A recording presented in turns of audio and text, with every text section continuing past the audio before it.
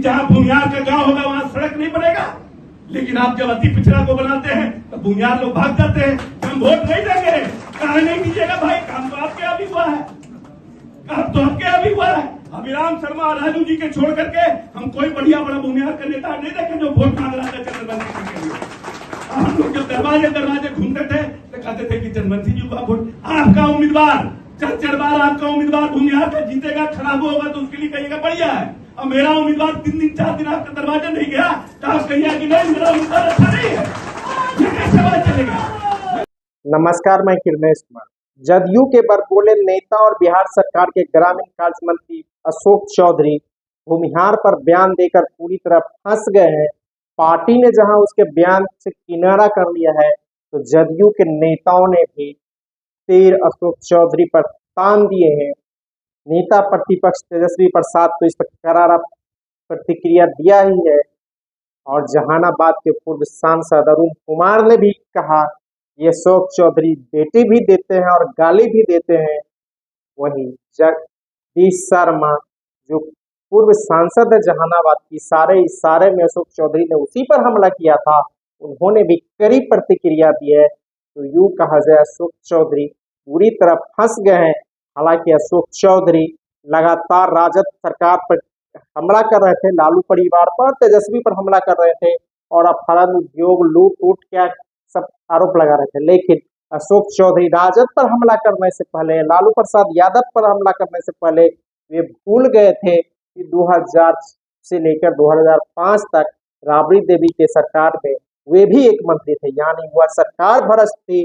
वह समय अशोक चौधरी भी उस सरकार में मंत्री थे, वह भी भ्रष्टाचार के दायरे में खुद ही कर आ जाते हैं उस पर। इसी तरह अशोक चौधरी जब कांग्रेस में थे, कांग्रेस में भी कई आरोप लगाकर वे जदयू में चले गए और जदयू में वे नीतीश कुमार के उत्तराधिकारी बनना चाह रहे थे, लेकिन इस बार बयान देकर वे पूरी तरह फंस गए हैं। और अशोक चौधरी का अगर इतिहास, पारिवारिक इतिहास देखा जाए, उनके पिता महावीर चौधरी ने भी भूमिहार से शादी की थी। खुद अशोक चौधरी ब्राह्मण से शादी किया है और उसकी बेटी जो समस्तीपुर की सांसद है संभवी चौधरी, उसने भी भूमिहार से शादी किया है। तो यूं कहा जाए अशोक चौधरी तो पासी समाज से आते हैं और उसे पासी से कुछ लेना देना नहीं है। पासी का बिहार में मुख्य काम ताड़ी बेचना है, उसके इर्द गिर्द कोई पासी नहीं है। उसकी इष्ट मित्र भी उच्च वर्ग से आते हैं, लेकिन उन्होंने बिहारों पर बयान देकर जगदीश शर्मा के बहाने एक दुश्मनी मोल ली और सभी एक तरफ हमला उस पर शुरू कर दिया है और पार्टी ने भी उसे किनारा कर लिया है। एक तरह से कहा जा सकता है कि जो अशोक चौधरी लगातार सदन से लेकर सदन के बाहर तक तेजस्वी प्रसाद यादव और लालू प्रसाद पर हमला कर रहे थे, अब वह अपने ही पार्टी में घिर गए हैं और बिहारों को बयान देकर पूरी तरह वह घिर गए हैं।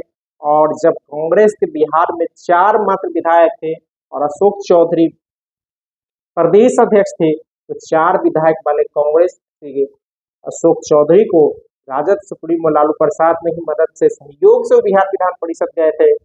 फिर कांग्रेस से जदयू में चले गए, फिर जदयू से दोबारा विधान परिषद गए और फिर अभी मंत्री बने।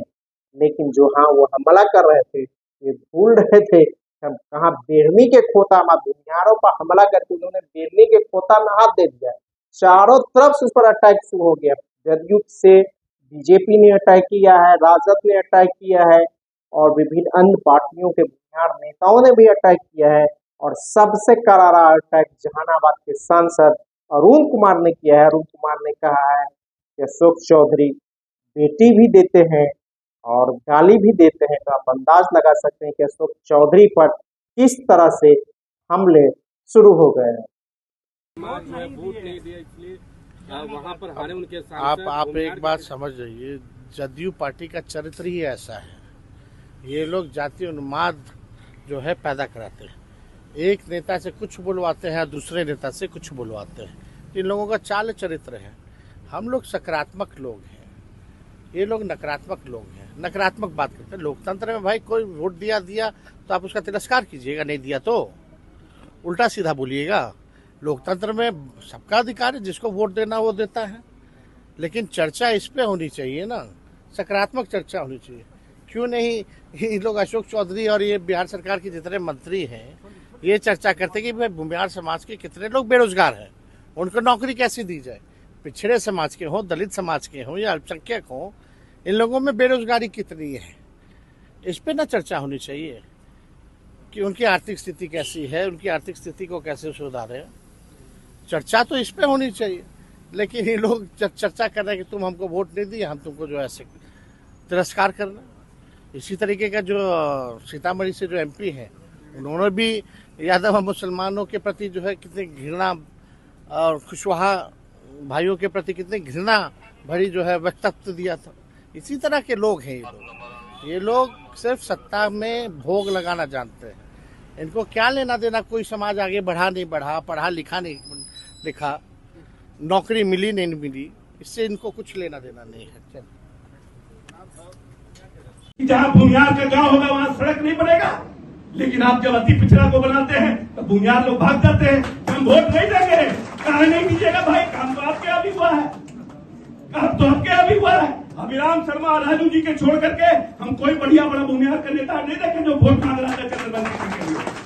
हम लोग जब दरवाजे घूमते थे तो कहते थे कि चंद्रवंशी जी का वोट, आपका उम्मीदवार चार बार आपका उम्मीदवार भूमिहार का जीतेगा, खराब होगा तो उसके लिए कहिएगा बढ़िया है। और मेरा उम्मीदवार 3 दिन 4 दिन आपके दरवाजे नहीं गया तो आप कहिए कि नहीं मेरा उम्मीदवार अच्छा नहीं है, ये कैसे बात चलेगा।